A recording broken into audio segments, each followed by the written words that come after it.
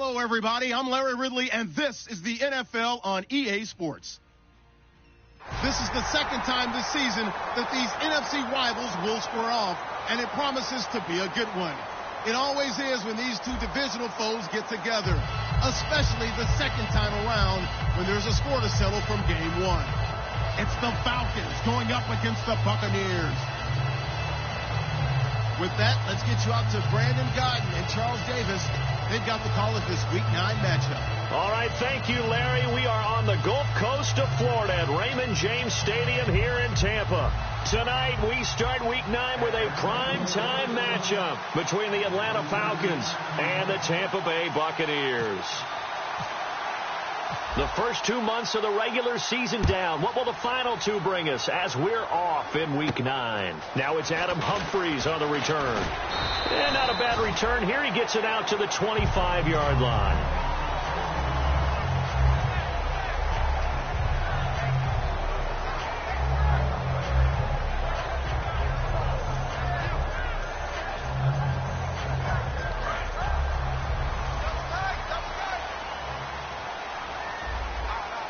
One man of the backfield, that's Martin.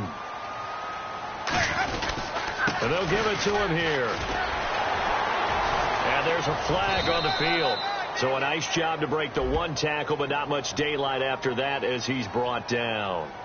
Well, that is not my father or my grandfather's defensive tackle, because those guys, they were pretty static on the line of scrimmage, just kind of hold things up, and if plays came to them, they made some tackles. Nowadays, your job is to get upfield, get into the offensive backfield, and make plays. And oh my goodness, can these guys run nowadays? That's why they're able to make plays all up and down the line of scrimmage.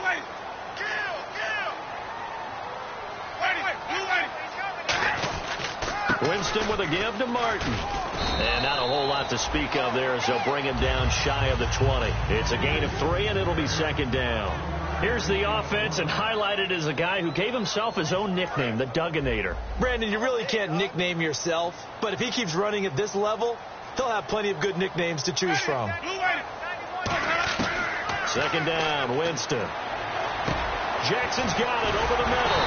And he's brought down. He got 18 yards out of that one, and it gets him a new set of downs.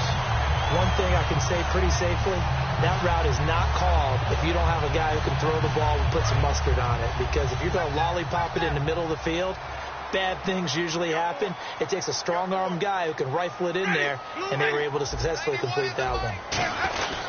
First down, here's the run with Martin. And hard running's going to get him over the 40 to the 42. He'll get a nice chunk there on the first down run, and it's 2nd and 4. Some runs are blocked so well, you almost forget that someone has to carry the ball to gain the yardage. The leverage by the offensive line to create space up front, really well done.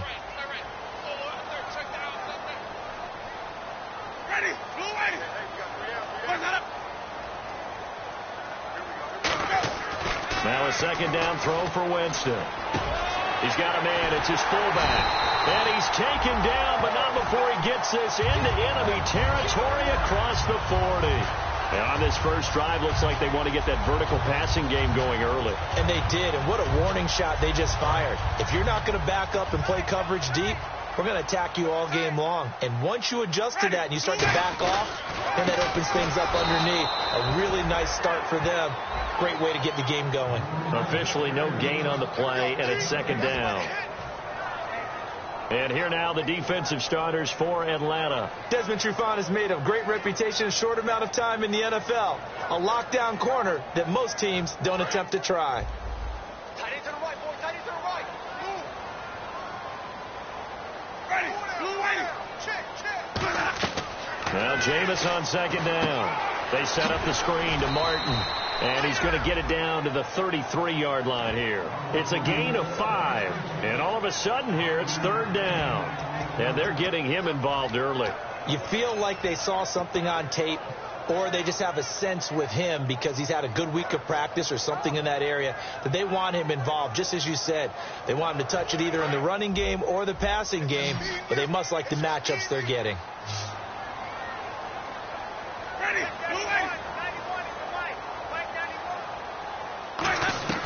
Winston from the gun on third down.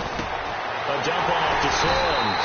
And he will have the first before he's brought down right on the chalk of the 20.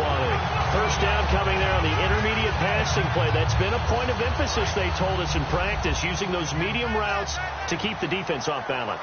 And it wasn't just them telling us. We got to watch them practice it and work on it because they've been trying to fine-tune it and get it right before this game. And I think they have to be happy with the result. Here's Winston lost the football, but it looks like a Buccaneer was able to corral it. Yes, the Bucs have it. Tampa Bay keeps the possession. On plays like this where the ball comes free, it's often unusual for the team that lost it to get it back because this is the quarterback. The ball gets away from him. Everyone else is trying to execute what they're supposed to do on offense. They're usually looking in the other direction, downfield, or have moved away from him. In this case, though, a teammate is able to come up with the ball. Working out of the gun, Winston. And that's incomplete. The target that time was Vincent Jackson. And they're going to be staring at a 3rd and long here. When you see passes knocked down by those guys I call the frustrated fullbacks, the linebackers, you know that in their zone coverage, they were able to drop, see the ball thrown, and react to it very quickly. Now this now, play number 9 on the opening drive, but it's 3rd and long. 3rd and long for Winston. Now they go screen. It's complete. And he'll work it inside the 30 to the 29-yard line. They'll give him a yard on the play, and that's going to bring up a 4th down. Roberto Aguayo out now for the Buccaneer field goal try. From the left hash, this from 46. And this one is right down Broadway. And the Bucs take a 3-0 lead. And that field goal caps an 11-play drive. That's a lot of offense to run to only get 3 points, but they'll take them. Anytime you can put anything on the board, you run to your sideline somewhat happy. And he will take a knee here. So per the new rules in 2016, this will be brought out to the 25-yard line.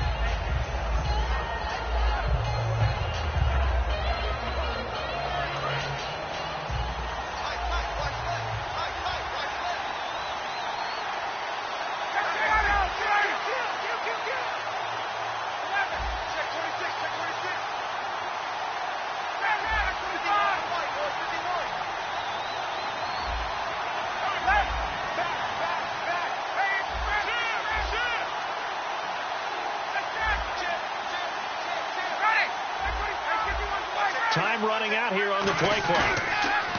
They go play action here on 1st down. Well, he's going to take a shot right away. He was looking for Mohamed Sanu there.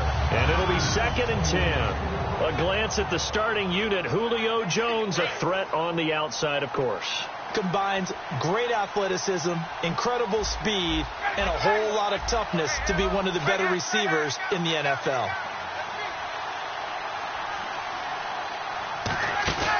They run the play fake to Coleman. Now Ryan. He's going to let it go again. And he's unable to grab it. Thought he might have had position. Couldn't hold on. 3rd down.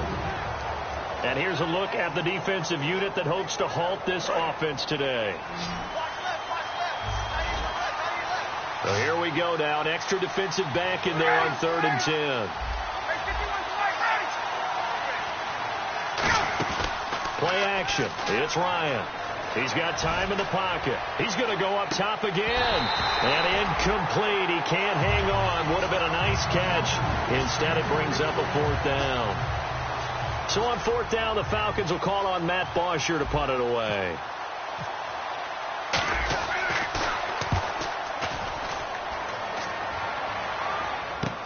That's taken on the 25. Shrugs the tackle. Nice. It's a 47-yard punt, but they did give up 10 on the return. And the offense will take over with a new set of downs. And Tampa Bay trots out there now. And they split the uprights last time for 3. They've got the lead. They're not going to play this conservative. They're not hoping for another field goal. They're hoping for a touchdown. I'm with you on that one. I like where your head is. I like the way you're thinking because you're exactly right. Trying to sit on a lead and play that way, that doesn't work too well for most teams. Run your offense. Run what you do best. Exactly. Put it all the way down and try to increase your lead in a big way. And the best way to do it, touchdowns. And he's finally taken down, but not before.